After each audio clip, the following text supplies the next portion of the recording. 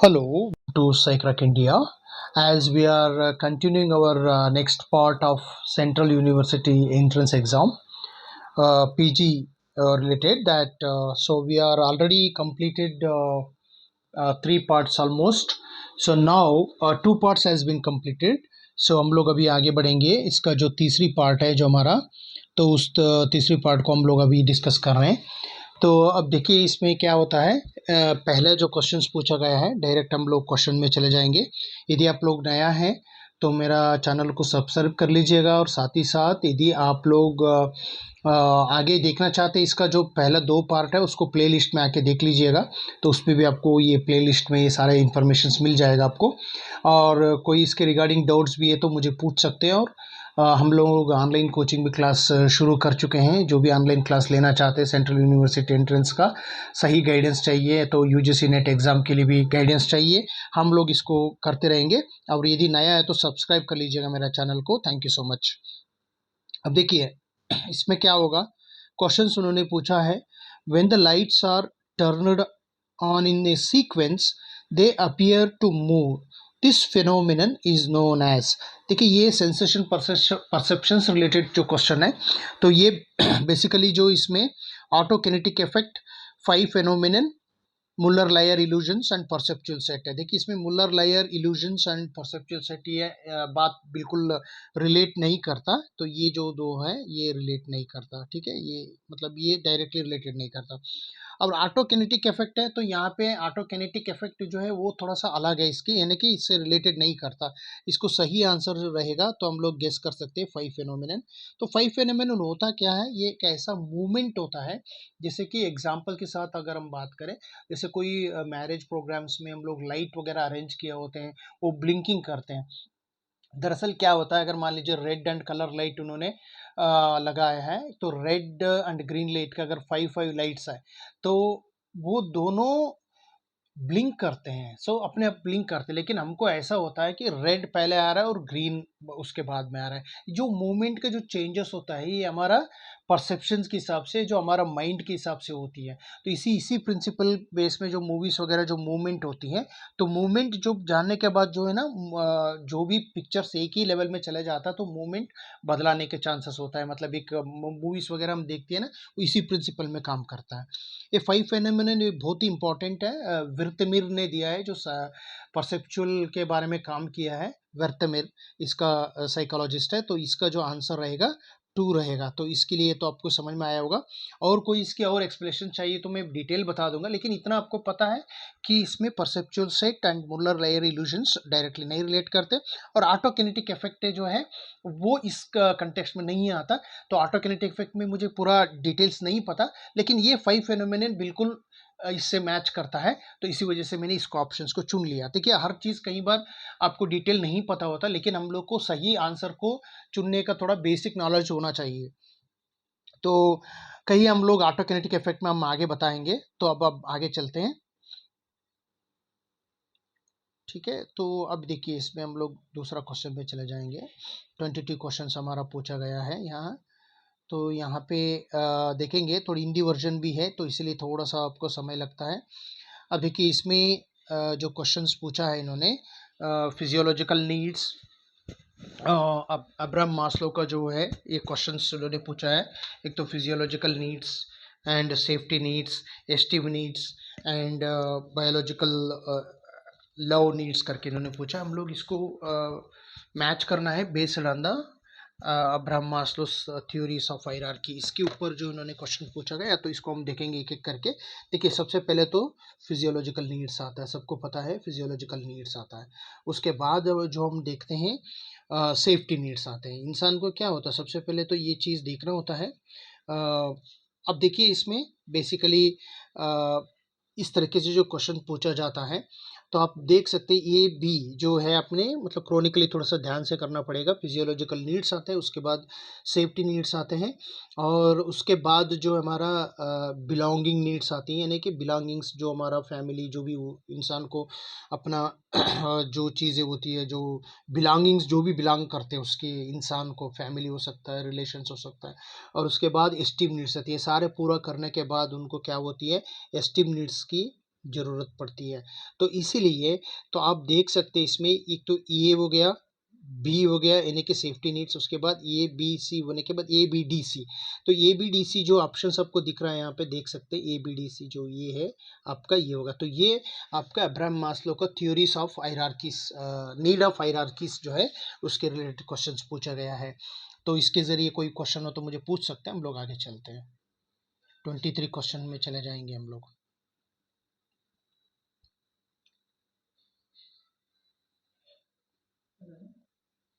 तो the theory that states the importance of cognition or thinking in the determination of emotion is referred as। तो ऐसा इन्होंने 4 theories दिया हुआ है।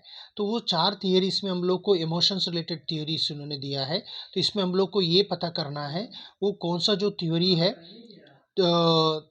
इम्पोर्टेंस ऑफ कॉग्निशन और thinking in determination of emotion. इसमें हम लोग को ये बोलना है जो कौन सा जो थ्योरी है जो इम्पोर्टेंस ऑफ कॉग्निशन को इम्पोर्टेंस देती है, थिंकिंग को इम्पोर्टेंस देती है in the determination of emotion. उसको थ्योरी का मतलब ये है कि इमोशन में सबसे इनका रोल बहुत है, कॉग्निशंस और थिंकिंग का जो है बहुत ज़्यादा जोर देते हैं। तो इसके लिए हम लोग क्या करना, देखिए James Lange theory of emotions, Cannon Bard theory सब ज़्यादा फिजियोलॉजिकल में देते हैं। देखिए पहले तो मैं आपको बता देता हूँ, James Lange theories of emotions, Cannon Bard theories of emotions, ये जो दोनों जो थ्योरीज है फिजियोलॉजिकली ज़्यादा फोकस करते हैं, फिजियोलॉजिकल फोकस ज़्यादा करते हैं, ठीक है ना। तो ये आपको समझना होगा। और बचा आपको कॉमन सेंस थ्योरी सब इमोशन। देखिए ये कॉमन सेंस ऑफ थ्योरी ज़्यादा इम्पोर्टेंस इतना नहीं दी गई है, और बिल्कुल इसके हम लोग इसको मतलब कॉमन सेंस के बारे में तो यहाँ पे ज़्यादा इम्पोर्टेंस नहीं दी गई। तो मैं तो इसको नहीं मानता हूँ कि ये जो इसका जो क्वेश्चन इन्होंने पूछा उससे रिलेटेड है। देखिए जो ऑप्शन 1 है तो इसको बहुत पॉपुलर है, इसकी एप्लीकेशन भी बहुत ज़्यादा है। तो इसकी हम लोग करेंगे sketcher and singers theory of emotions. Sketcher singer theories of emotions क्या करती है, द रोल को बताते हैं कि इमोशंस एक्सप्रेशन में कॉग्निशंस का रोल क्या होता है। तो उस चीज़ के बारे में उन्होंने ज़्यादा फोकस करते हैं, इसीलिए हमारा जो है इसका आंसर जो है वो होगा, ठीक है ना। तो आप समझ में आए होंगे कि इसको कभी भी आप ऐसा क्वेश्चन मिल गया तो इमोशंस के बारे कॉग्निशंस के बारे में ज़्यादा फोकस करता है, तो वो है स्केचर एंड सिंगर्स थ्योरी, ठीक है। तो आपको इस बात को ध्यान रखना होगा। हम लोग आगे चलेंगे।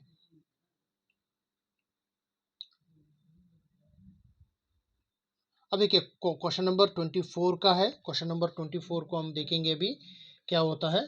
Question number 24। अब देखिए इसमें क्या है, उन्होंने थोड़ा सा क्वेश्चंस को थोड़ा कंफ्यूज वे में पूछा है।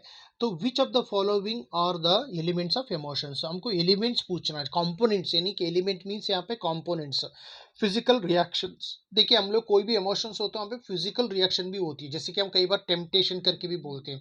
कोई बंदा गुस्सा हो गया तो वहाँ पे फिजियोलॉजिकल चेंजेस भी होती है, रेस्पॉन्स कम बोलते हैं। तो सब्जेक्टिव एक्सपीरियंस भी होती है। ऑफकोर्स इमोशन जो होता है वो सिर्फ एक ही ये नहीं होता, उसमें बहुत कुछ एक्सपीरियंस होती है, उसको बहुत कुछ इमोशंस फीलिंग्स भी आ जाती है, यानी कि बहुत सब्जेक्टिविटी है कि इन्फॉर्मेशन नहीं बोल सकते किसी बंदे को इमोशन हुआ है। तो ये सब्जेक्टिव एक्सपीरियंस भी हम मान लेंगे, ठीक है ना।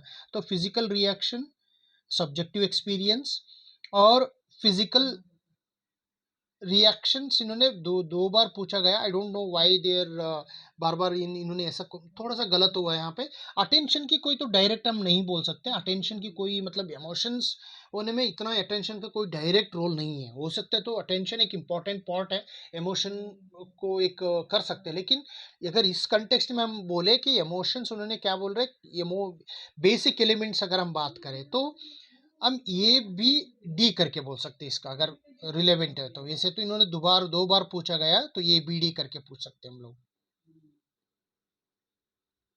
तो ये बी डी जो है इसका आंसर होगा, ठीक है। तो ये बात अपने समझ में आया होगा कि यदि कोई आपको पूछना है डाउट्स यदि वगैरह मुझे पूछ सकते हैं, ऐसा कोई प्रॉब्लम नहीं है। तो इसलिए आप लोग को ध्यान रखना पड़ेगा, ठीक है। तो नेक्स्ट हम लोग आगे क्वेश्चन जाएंगे। सो नेक्स्ट हम क्वेश्चन अभी आगे क्वेश्चन का देखेंगे कि क्या होगा। तो क्वेश्चन नंबर आपका 25 होगा। चलिए हम लोग आगे चलते हैं।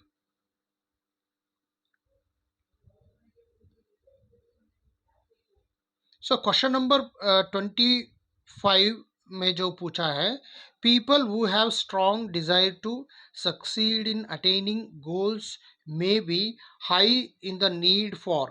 तो जो लोग सक्सेस के लिए उन्होंने जो ज़्यादा चाहते हैं, यानी कि people who have strong desire to succeed in attaining goals, तो वो कौन सा ज़्यादा उनकी रिक्वायरमेंट होती है, उनकी ज़्यादा नीड क्या होती है, वो है अचीवमेंट मोटिवेशन या अचीवमेंट। तो ये अचीवमेंट मोटिवेशन के कॉन्सेप्ट भी दिया है जो मैकलेड ने दिया हुआ है।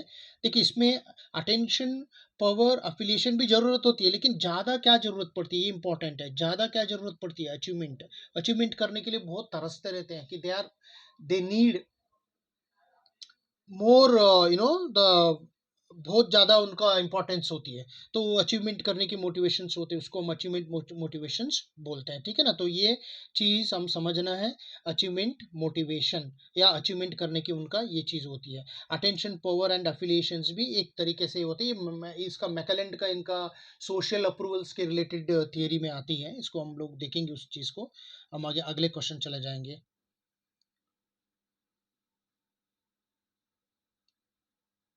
चलिए हमारा जो क्वेश्चन अभी हम चलेंगे 26 का जो क्वेश्चन है, तो उसमें जो है आपको बताना है एक जो थियरी है in the self determination theory of motivation, some inborn and universal needs help people gain and complete sense of self and whole healthy relationship with others.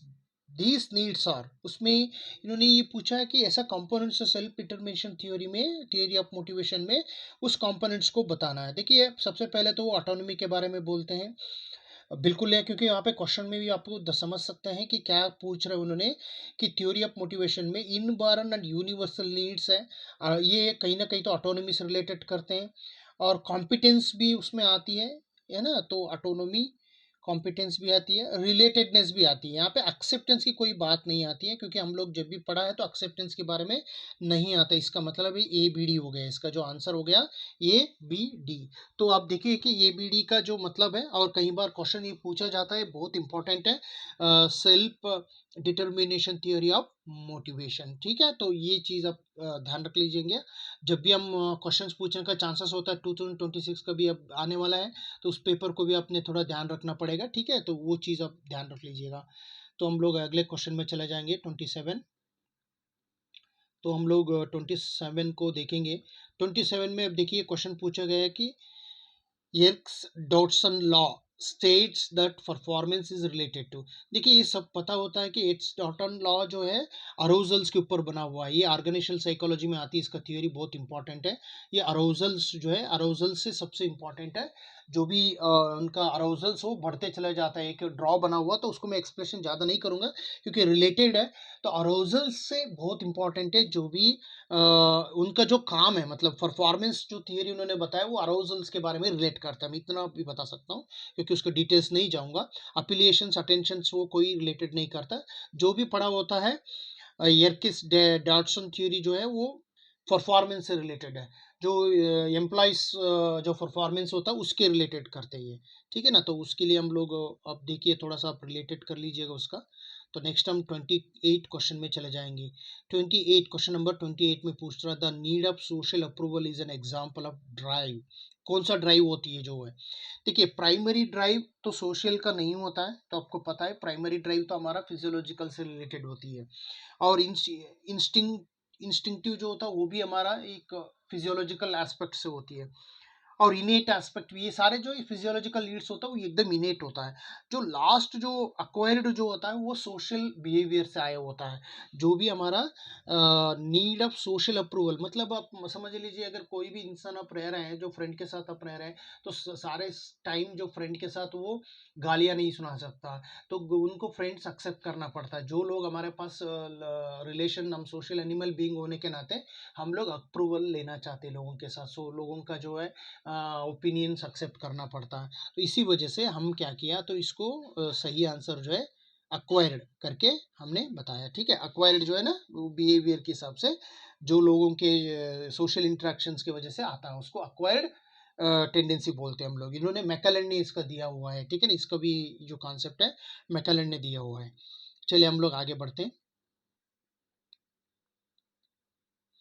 जो नेक्स्ट क्वेश्चन है जो हमारा सबसे इम्पोर्टेंट है, one of the important question, आप dash intelligence refers to accumulated knowledge information we store over a lifetime experience plus the application of skills and knowledge to solving the specific problem.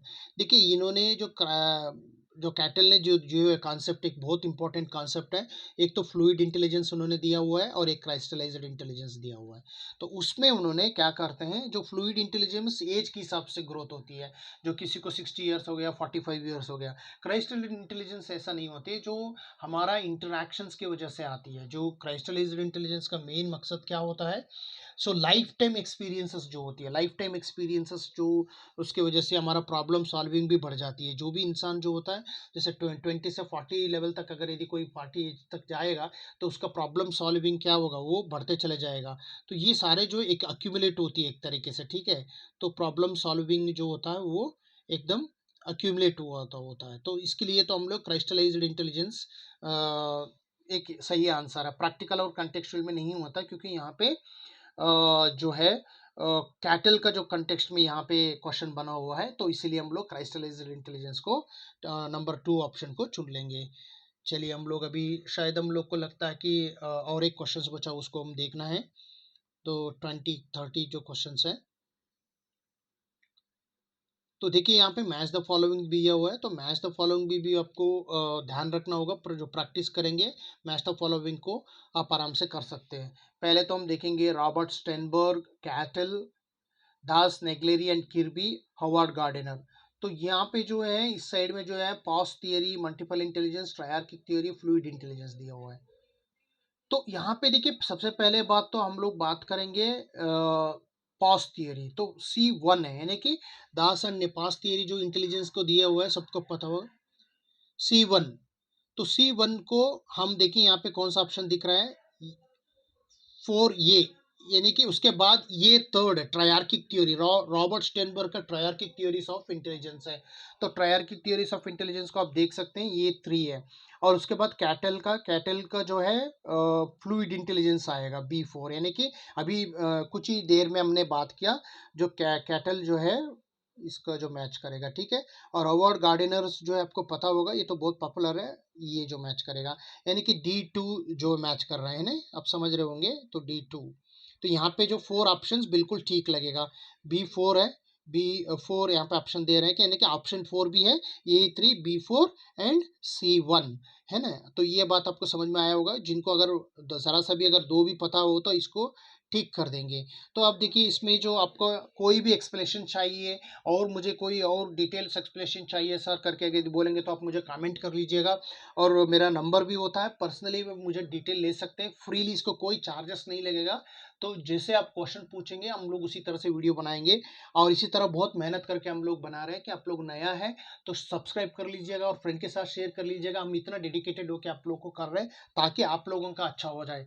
तो ये सिर्फ है, हमारा growth भी हो जाएगा इसके साथ साथ, और स्टूडेंट्स के हमारा, हम लोग डेडिकेटेड है, ऐसे वीडियो बनाते रहेंगे, इसमें कोई दोहराई नहीं है। अगले जो दिन में आ जाएगा वो और एक वीडियो आ जाएंगे, और 10 पार्ट्स का जो वीडियो आएंगे, हम लोग पार्ट पार्ट में कर रहे हैं ये वीडियो। यदि नया है आप लोग मेरा चैनल के लिए प्लीज़ शेयर एंड सब्सक्राइब कर लीजिएगा। Thank you so much.